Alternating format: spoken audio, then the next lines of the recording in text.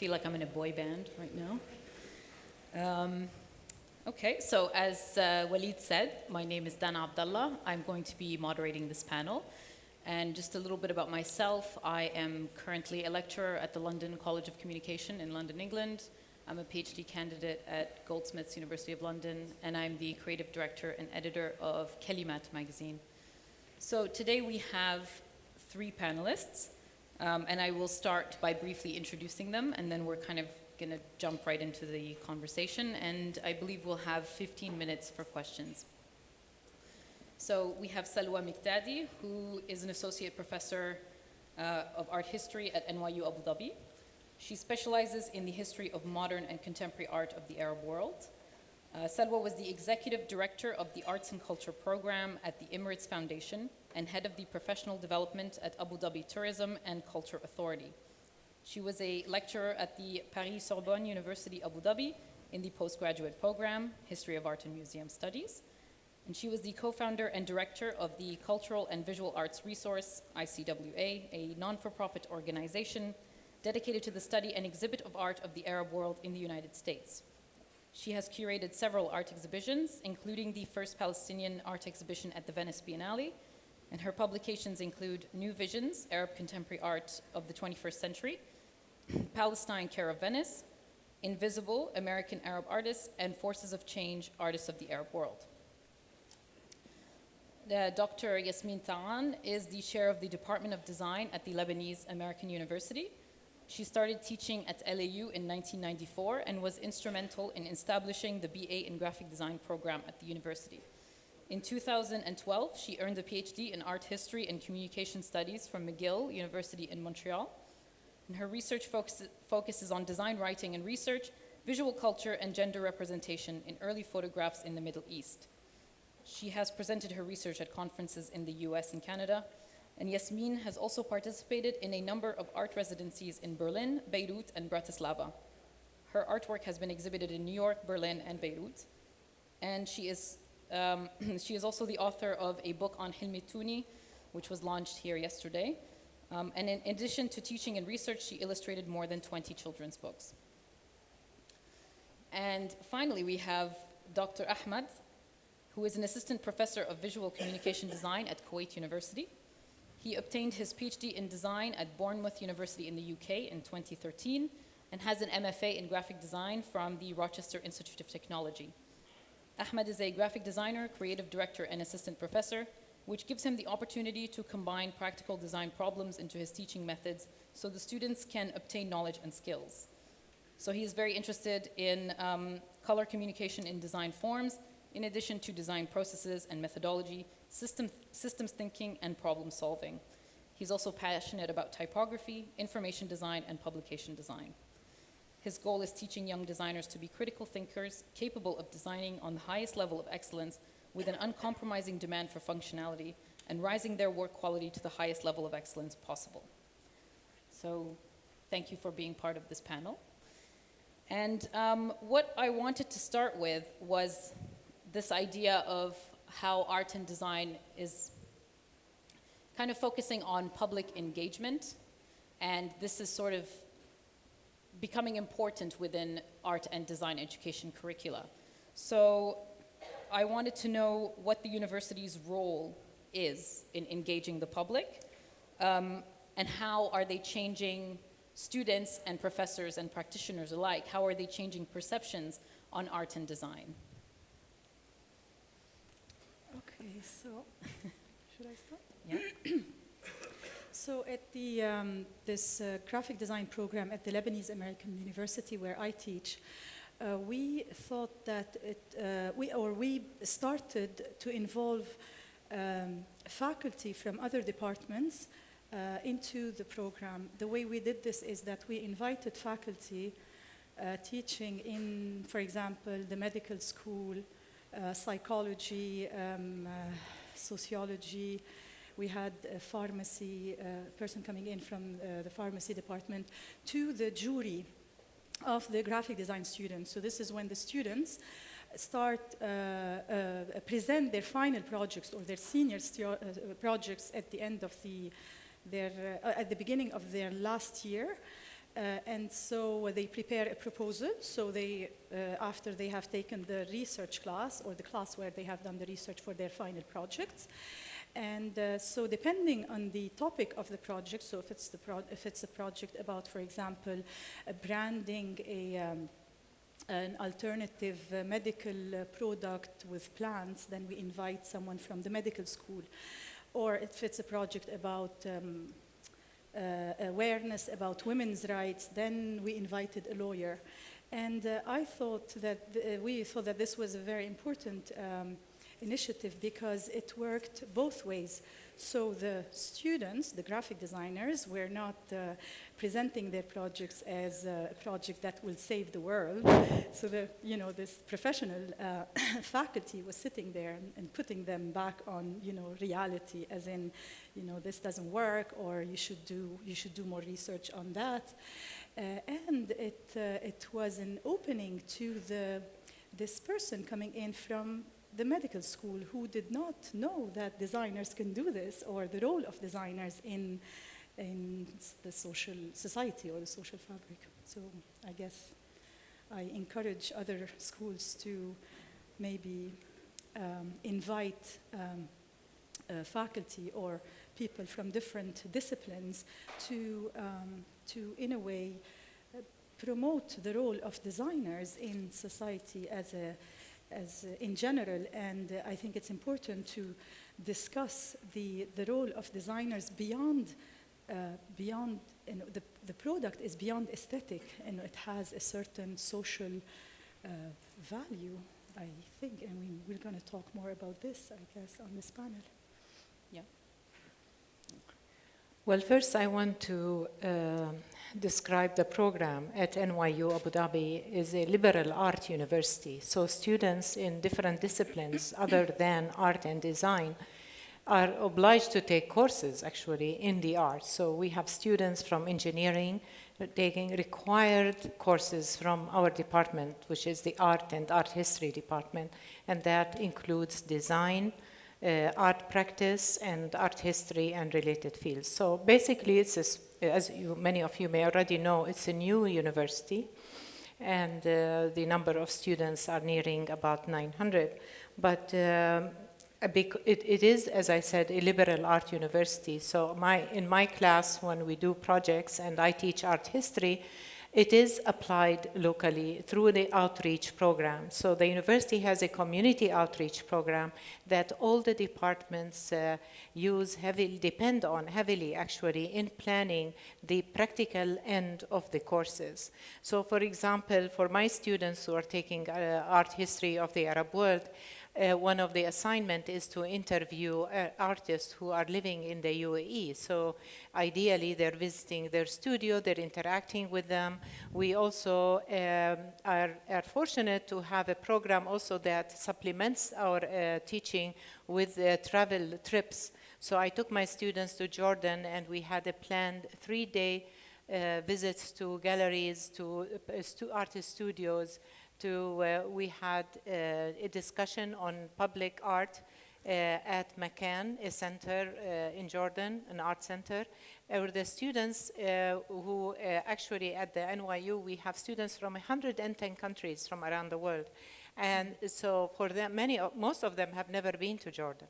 So it was an opportunity in order to understand what's happening. Makan was an ideal place, as well as Zarat al-Funun, and at the same time getting to know the history, and so they visited sites, and when we talk about art history, we cannot just limit it to periods. As I talked the other day, we can't just say modernism and this is what we're teaching. It has to be connected with the past and with the current. So this is actually the again, we also have an open campus. So our activities and an art center, it is quite popular with the community who come in, and again, the capstone project, the senior artist students, the senior project is open to the public to come in and view, as well as faculty exhibitions. So we're constantly in communication with the community, because our research also applies in my case and also in those in the sciences. is applicable to the region. So it's not sort of an imported program coming from the US, but we're taking great advantage of both the history of the university and the long experience of many of the professors and what the rich environment we live in the Arab world and the Gulf. Dr. Ahmed, do you have anything to add about the engagement in Kuwait? So in our program is kind of a different situation because since we are a fresh program in Kuwait University, and they just established a couple of years ago the College of Architecture. So in our situation, we're trying to engage the public actually by introducing them to the lower level of education. So we go to the high schools and we tell the students there what to do, what we do, and what we are capable to do as a designers or as a young student for design school. So it's a different situation because as a design field and art in Gulf and Arab area is kind of a different situation since also we are having a high ranking of GP for admission. So in order to have to let the student go to design field instead of different fields is kind of a high goal for us, and tell them that we are there, we can do something different, and we can actually save the world in a different way. So give them an easier process to let the life be easier for the sorry for that. Let the life be kinda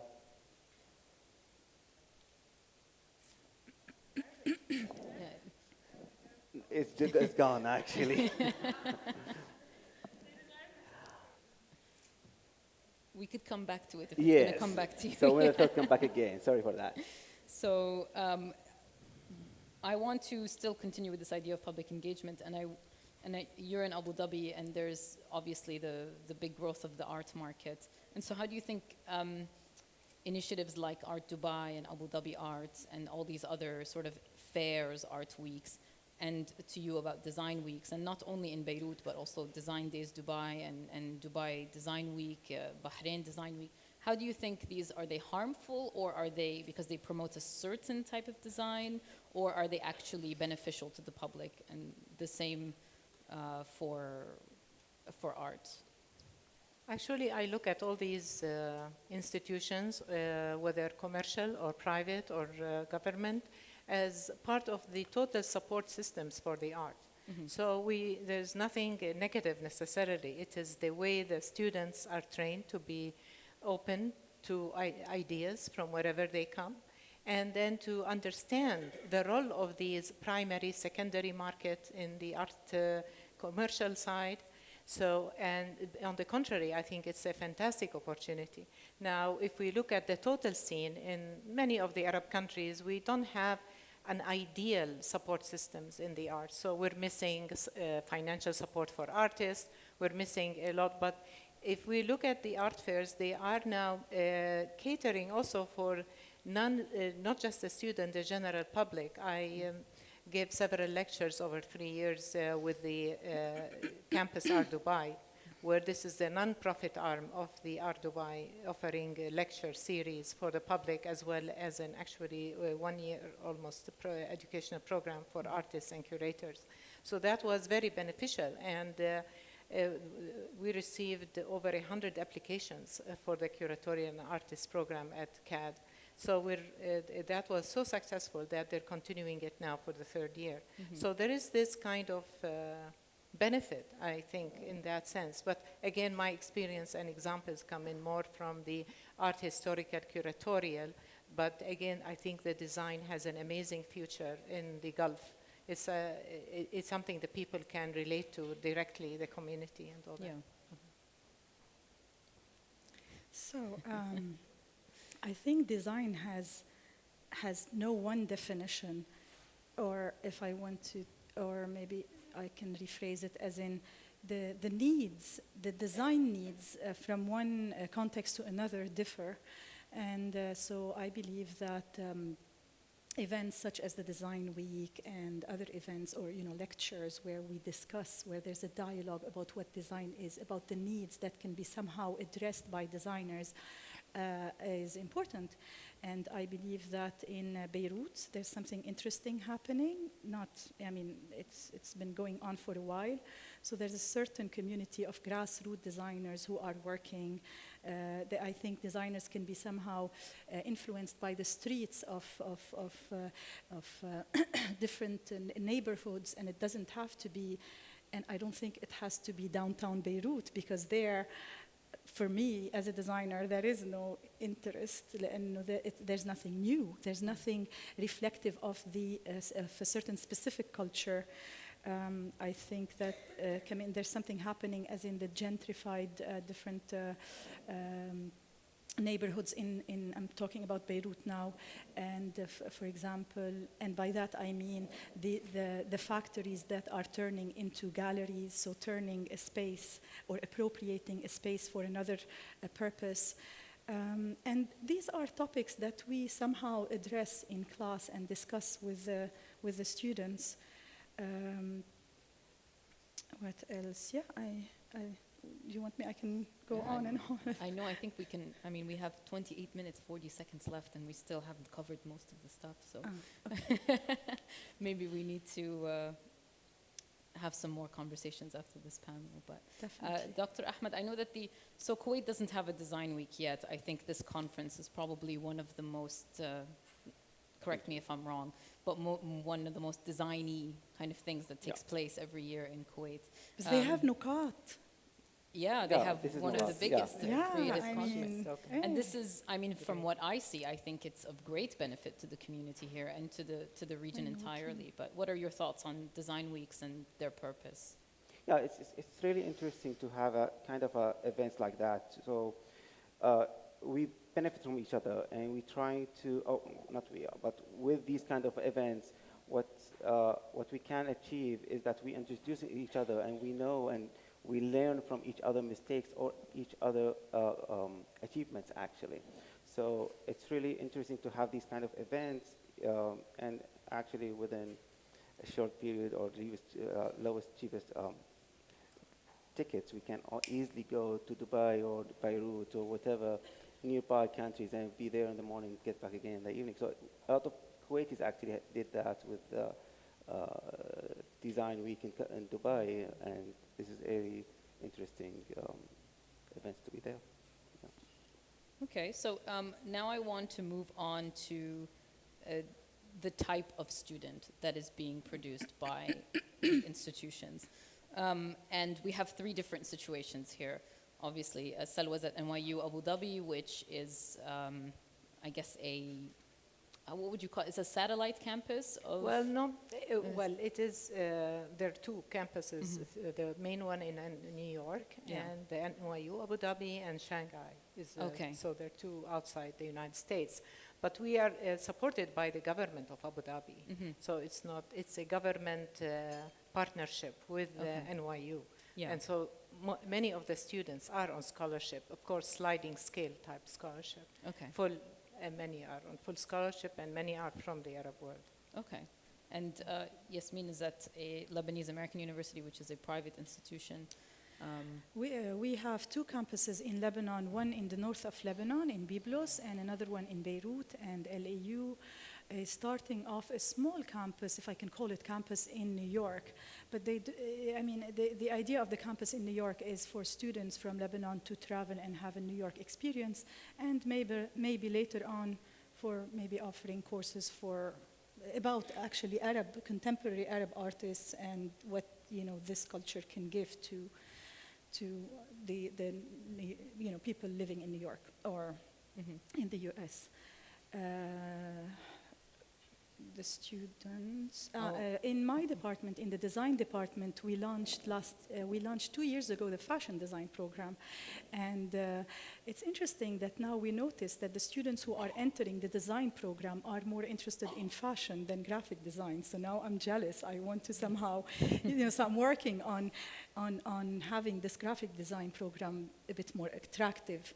And the way I do this is I organize workshops and invite speakers from abroad to, speak about design and maybe somehow look into how fashion and graphic designers can work together on several projects such as branding a collection or illustrations on fabric, or we can think of other projects as well. So interdisciplinary projects are, I think, important. Mm-hmm. And then finally, Dr. Ahmed, you are at Kuwait University, which is a public institution. That's right. And so it's three very different types of institutions with three very different types of students. And I'm interested in finding out what type of students attend the institution and what kind of students are you producing and what is the ideal? We all have this ideal of what our students will become. Input or right? output, actually. Yeah. Input or output? Whatever Okay. you please. So, as I said earlier, that we are a fresh program, so we still haven't get to the point where we graduate a student from our program yet, but we're aiming actually for the finest. So even though our program is young, we high expectation or high demanding of what kind of student can get into the school. And since we are joining the School of Architecture, actually, we're still having the same requirements and the same standard there. For example, in Kuwait University, College of Architecture, the GPA to get into Kuwait College of Architecture, you have to be, it's the second to the medical schools. So it's kind of a high quality students there. And on the other hand,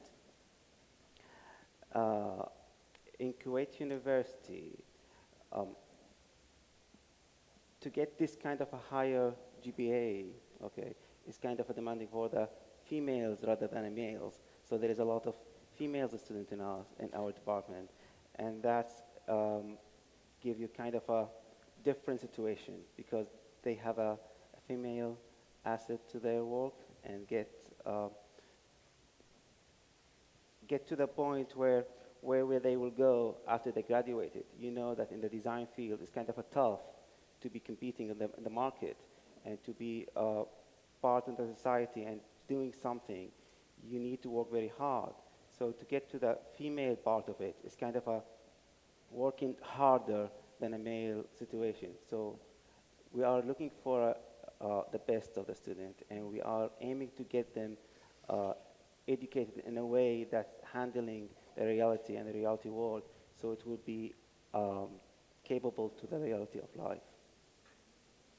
I just want to add one thing. I didn't answer your question, what kind of students we're hoping to graduate. I think it's very important to take into consideration what the world is now looking like. And we're hoping that we're graduating global citizens, critical thinkers, and leaders in the community. And being in this part of the world, I think, is an advantage to those international students coming from the US or Europe. Where they're living in a more comfortable situation. They're coming here with the political turmoil and all the other factors, and they can reach to many countries from here. So they have many opportunities to apply what they are learning.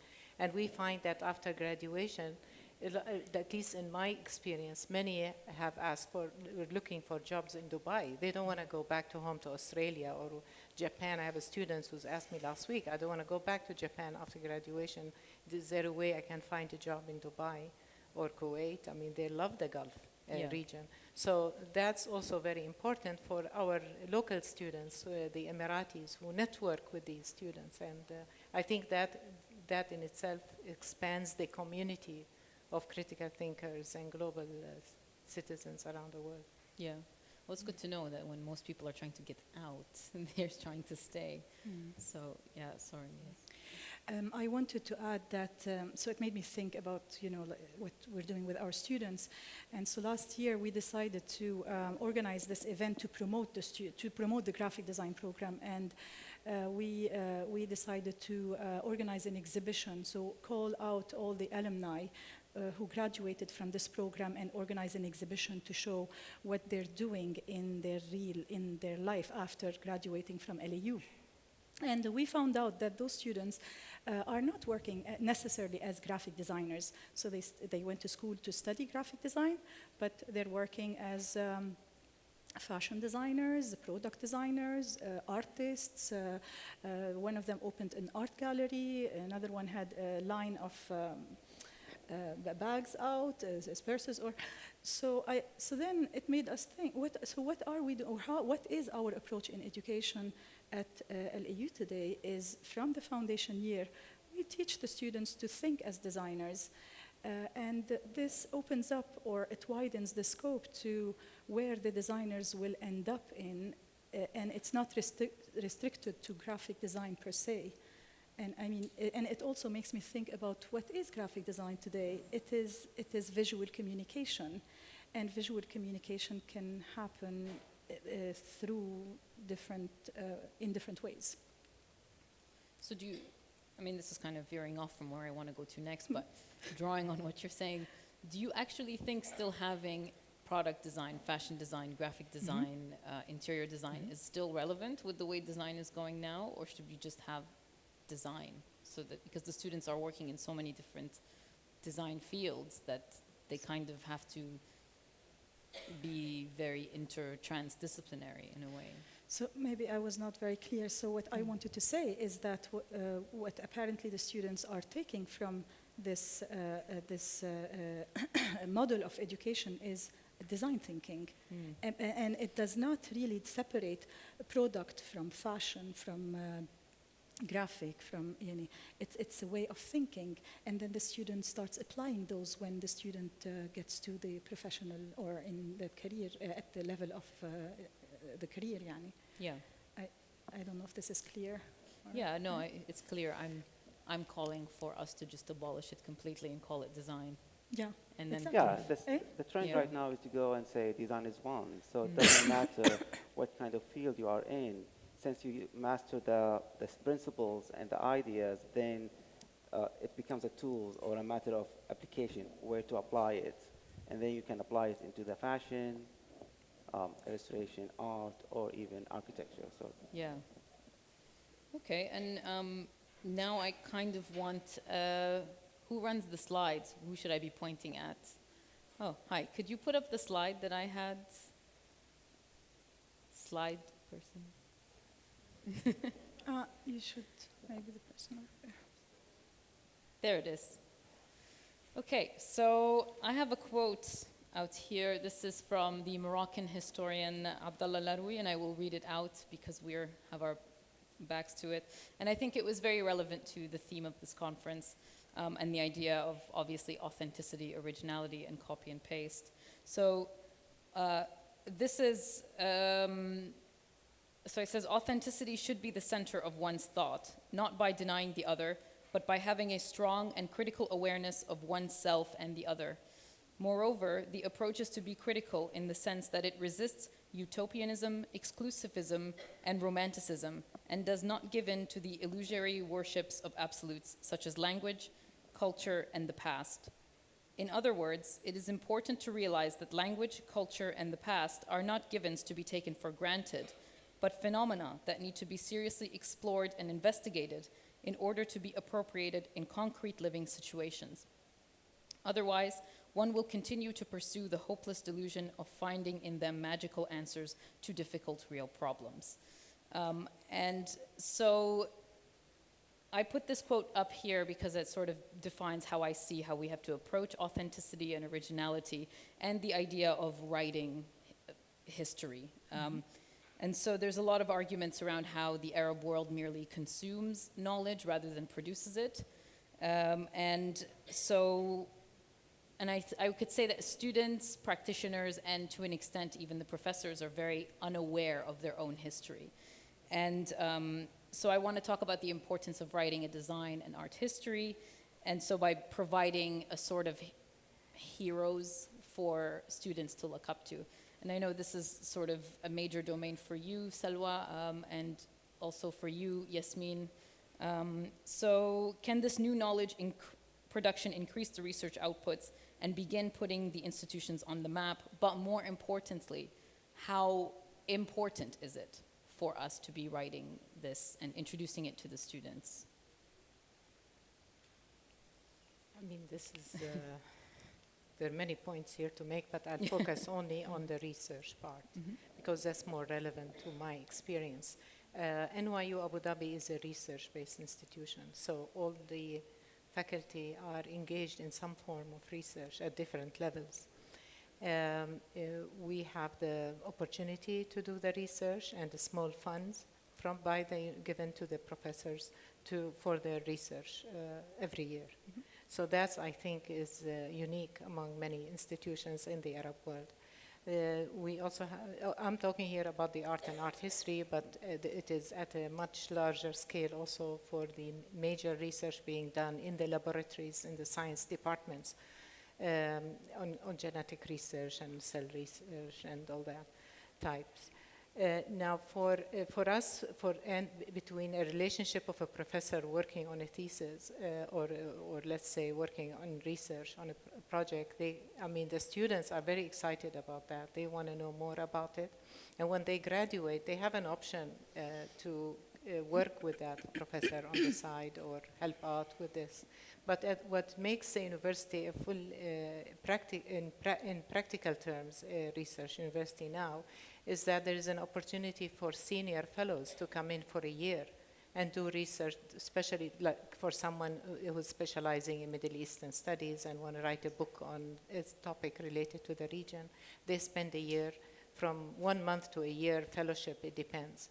So they can come from Oxford or other universities, or they can be authors. And we're talking about important authors in their field who have contributed. So also, like next week, we have an event where all the professors present their publications. So it will show, if you haven't published that year, it's going to be, it will show. So, and so that, again, encourages the students to appreciate the research and its importance, and we stress that in the assignments that they're given.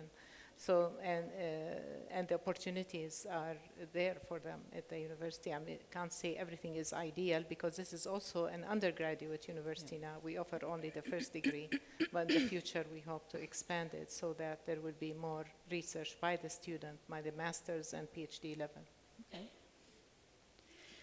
So for Lebanon, I think we have an initial issue, if I can say, that is the identity question. So, and to clarify this, I presented Helmi last week in the US, and one person in the audience thought that Helmi was Lebanese, and I said, oh no, Helmi is Egyptian, and I had to somehow speak about the differences in looking at our identities. So I believe, and of course I'm generalizing about the Lebanese, but the Lebanese, they want to be anything but not Lebanese. A general assumption here.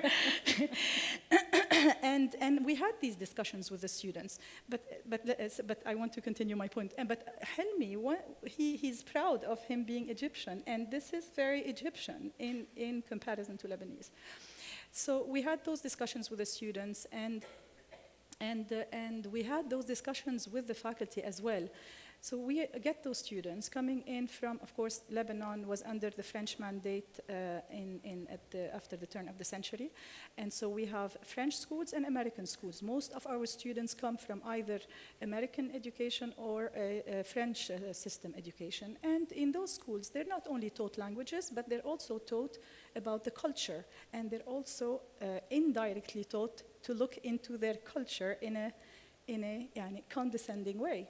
So we get those students at this university level, and we teach them in English. We teach them, for example, an Arabic typography class in English, using a book, the Huda, the Introduction to Typography, a classic book, about a very good book about typography, but it's written in English. And and I found myself teaching them the Arabic language and the structure of the calligraphy, or the structure of the script while speaking English. And we teach them the history of graphic design course, following either Philip Meggs or now we're following this other book, Eskilsson, a European. So and then when they come to when they get to their senior projects, we look at the project and we say, this is not Lebanese. And then we're thinking, what is Lebanese design? What do we mean by Lebanese? Is it important to have Lebanese design? Do we have something called Lebanese design? And then we're thinking, who is to blame? Is it the students, or it's the educational system, or it's the whole, or maybe we should, have more classes looking in our identity, in what is our culture. And I think this is where Helmi's book could help. So today, in most of the classes, we decided that we will make an effort to use examples from the Arab world, and we do have, not just the Arab world, but we can also use, Iranian, speak about Shirin Nashat or Reza Abedini or other names in cultures that are non-Western culture. We should also speak about more women designers. So there's not just the social issue, but there's also the gender issue. So there are new ways of education that we're trying to somehow incorporate in our teaching, and we do invite speakers from non-Western speakers. We're actually organizing a non-Western conference on fashion next year at LEU. So we try to somehow address the local culture in a more attractive way, if I can say. So, in our situation, it's kind of we're trying to encourage the faculty actually to produce both a research base as academia, and then to show the students some of their work as a practice. So tell them that the idea or the mentality of, for example, in the Gulf region, we are a consumer rather than a producer. So we give them the idea that no, we can also produce an ideas, theories, as well as a product or kind of a design solutions. So this can get a hint or a seed, an idea for the student to be, okay, we can be a producer as well as a consumer for the knowledge. So we look at our culture and we try to identify what's the Kuwaitis and what's the Saudis and what's the Arabian ethics of design, so we can apply them into our work. As well as we also, in our program, try to introduce Kuwaitis designers to our program and syllabus. So it will be, looking back again, we have a lot of achievement. We have a photographer who get recently, 2 days ago, as the second whatever picture of worldwide from Mexico. So these kind of achievement, we can get them back again. He's Kuwaiti, and show the student how to get to that point, what he did and what he does. So it will be kind of a sparkle, as well as a tool for them to improve themselves and know what's there, and trying to mimic their roads and their achievements. Yeah, I think it's very important to have something grounded to place, and that there were people working on that. They weren't necessarily, say, in the design case, called graphic designers, or whatever they were called, but that they existed and that they can provide models for the students. And I think that this is our job to do this. I think this is it for my questioning. I would like to open it up to the floor, and if whoever has the microphone, I think there's a question here, there's a question here, there's a question up here, there's a question over here. Okay. Is there another mic too, or is there? There's a question that will be here. Hello. Yes, I'm going to speak in Arabic. I'm going to talk to the دكتور أحمد. الدكتور أحمد أنت قلت إن إذا أحد يبي يدش حق كلية العمارة لازم يكون عنده GPA معين, which is a high GPA. Don't you think that contradicts with the creativity of architecture and the GPA? What if somebody has a high GPA and no creativity at all? Okay.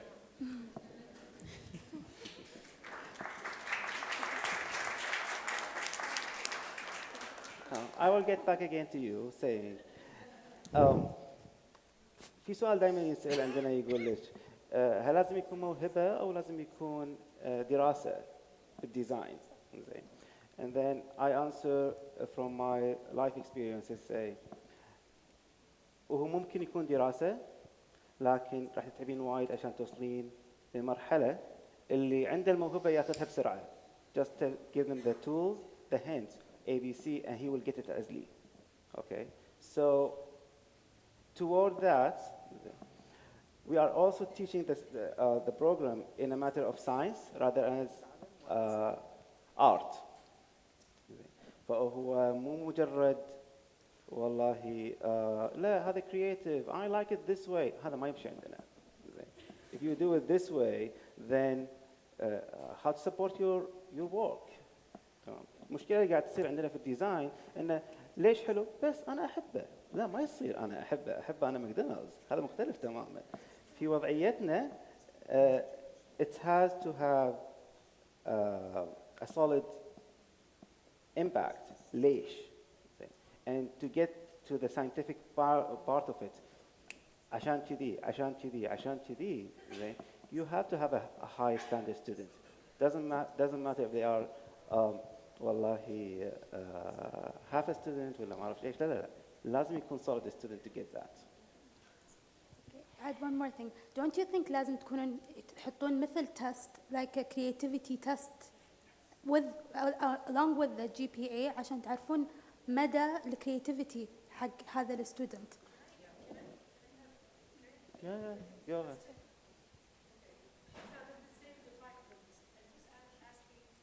There. Okay. Yes. Over here.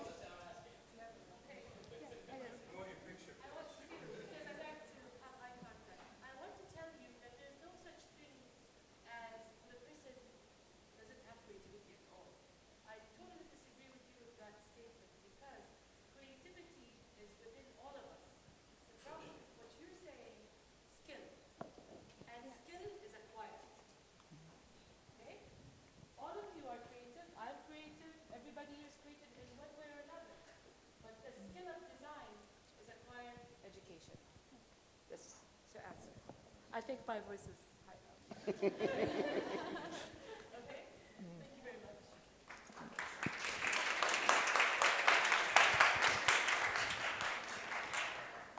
مرحبا دكتور. I will ask my question also in Arabic. Okay. دكتور أنا عندي سؤال لحضرتك. هل المناهج والأساليب التعليمية المتوفرة حالياً في الكويت خاصة والمنطقة عامة تستطيع إخراج كوادر ماهرة ومؤهلة لتتنافس في سوق العمل المحلي وتلبي معايير السوق؟ وكمان شو هي أبرز التحديات اللي منواجهها حالياً؟ هذا أول شق. ثاني شق، ما هي الجهود اللي يمكن عملها لتطوير التعليم بمجال التصميم حالياً بالكويت لنوصل للمستوى المطلوب من الإبداعية والابتكار في مجال التصميم؟ شكراً. Good. So You just started. سؤالك في قسمين. الشق الأول راح أجاوب سهل yes. Okay. So أما الشق الثاني صحيح إحنا نحتاج وايد جهد حتى نواكب العالمية ونواكب الموضوع اللي قاعد يصير بالعالم. زين. اللي قاعدين نسويه كوني عضو في هيئة تدريس في جامعة الكويت إن إحنا ناخذ العلم الموجود، وهذا الميثودولوجي مالت الدراسة أو التدريس عندنا، ناخذ العلم الموجود up to date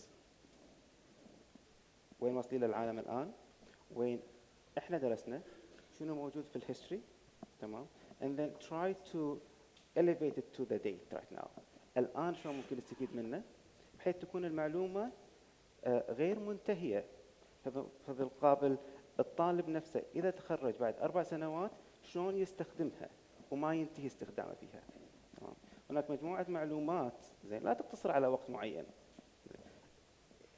هي مجرد أساليب وأفكار نحتاج أن احنا نغرزها بالديزاينر نفسه، then he has it وبعدين يستخدمها متى ما أشاء بأي أسلوب كان. فردا على الكلام اللي قبل شوي لما قلنا design is one. design is one because of that. لأن احنا أغلبية الديزاين design fields they share the same elements and principles and they benefit from each other. So how can these elements and principles combine into one solid capsule and be applied in any fields possible to be in the field. الشق الأول اللي هو التحديات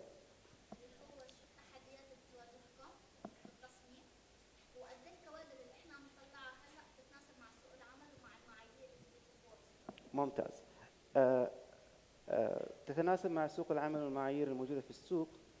احنا دائما نحرص ان العملية التدريسية تكون متوازنة ما بين جانبين practice and knowledge.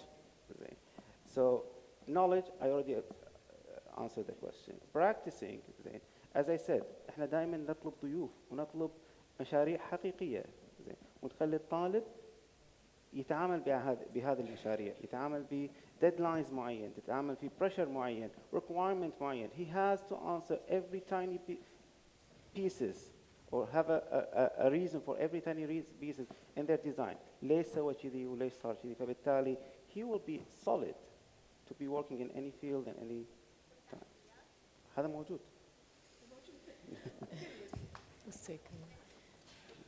عايز اعقب على البوينت انه the education system also is a two-way street because the education system also has to learn from the process itself, not only from the market or the professional practice, which I find it's not doing enough. For example, in order to teach, you have to have a PhD.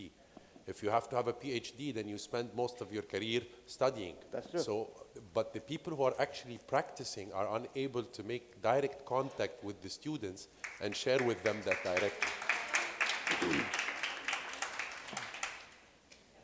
Sorry, but this is why we have adjuncts. I mean, it's not just full-timers who teach in the department. You have adjuncts and you have part-timers, and that's why adjuncts are really important. Exactly. In, because they bring in the practice into the. But to play a much more important role in the education system, to be able also to get, like for example, in my experience in Kuwait, I volunteer a lot to go to Kuwait University, to go to critiques and this, and sometimes I would take students and mentor them in the studio and they go back again in school. That process I think is very important, that it's not only isolated. The problem with the isolation is what ends up happening is when they are so much there's so much disconnect between academia and practice, when they jump into practice there's a shock. And they suddenly feel like, that's not what we studied in school, I gotta change my major, I gotta go work for a developer, make more money, whatever, and they back off from that.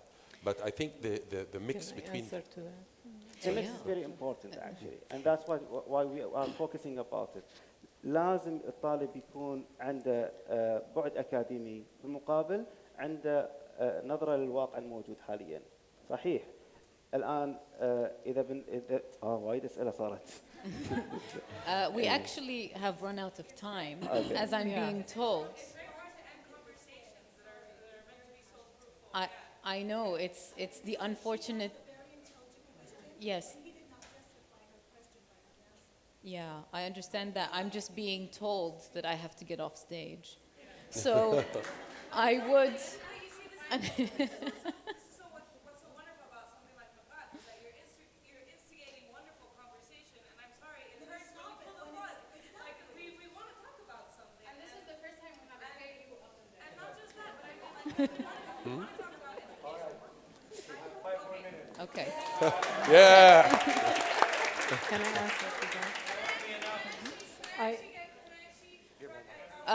Sorry, 1 second, because Salwa wanted to answer to Yeah, And then we'll jump No, to... no, I just want to say that in response to the first question in regard to the community, it's also the responsibility of the community to give opportunities in private corporations or whatever design industry, let's say, for the students to do their internship, residencies. We have many of these, but we don't have the university offers the opportunity for the students to have these residencies, giving them stipends, etc. But finding the designers who would take them in, okay, or artists who would take them in their studios is the challenge here. So it goes both ways. It's not that the universities don't want to do that. The internship now is intrinsic part of many of the students' activities in the summer or during the midterm. This is one thing, but again, when you graduate, in our department at least, and here is a very good example, Professor Tariq El-Hussein is a practicing artist who's teaching photography.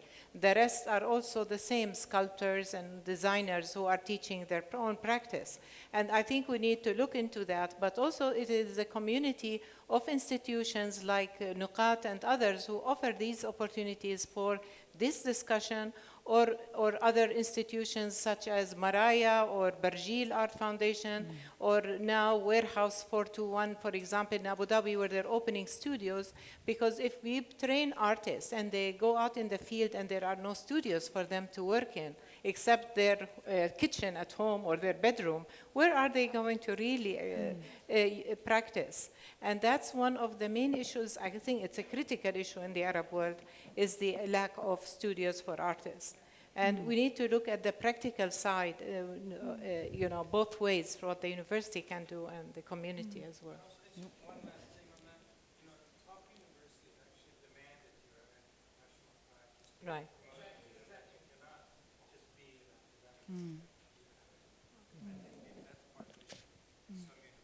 an academic.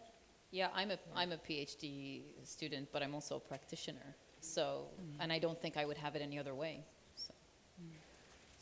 I wanted to kind of, exactly on what you were saying, the kind of split that I feel like there's a great conversation on what the university and the efforts are what they have, and how to build this character. But I mean, as somebody born here and with Kuwaiti citizenship and all these things, and the opportunities that you have to get education in Kuwait, or the opportunities that you have to get education abroad, and kind of like the way that we are asked to pick a degree at such a young age and follow that career continuously, bachelor's, master's, PhD, and not have the choice to be able to choose multiple degrees in order to create a well-rounded person. I mean, these are the people that we need to integrate into the society. And so when we say the role of the universities and kind of studying these things, how about we also think about the issue of integrating into the society, especially in a place like Kuwait, where 95% of the people work at the government.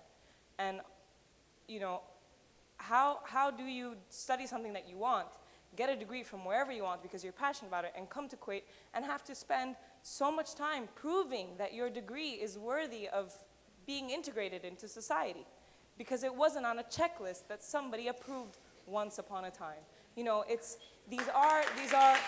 are serious issues that we have, because it's not just about the role of the university, but the integration of the university and society that I think is lacking and is of most urgency in many aspects. So I mean, I wish whoever wants to talk about these things, let's please do as well.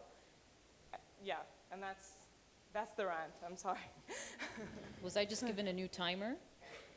I have room for one more question, and you had your hand up a while ago, so I'll...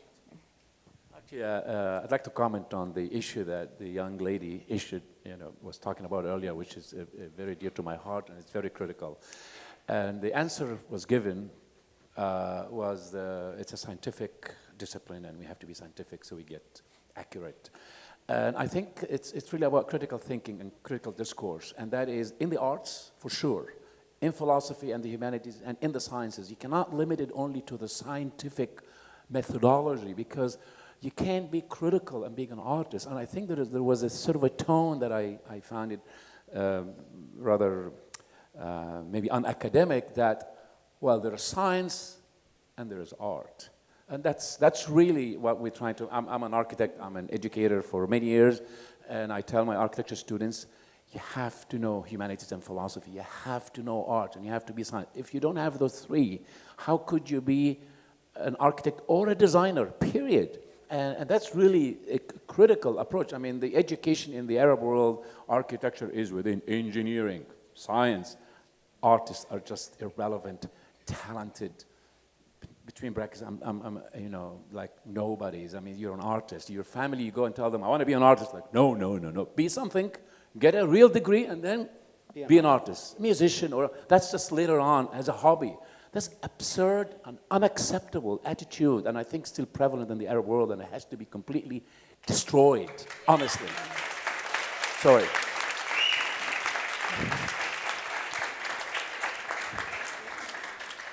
Well, time's up. So thank you so much for being a very active crowd. It always seems that I always seem to have these giant people getting really heated up when I do presentations. So thank you, and I'm sure we can talk outside, and thank you very much to the panelists.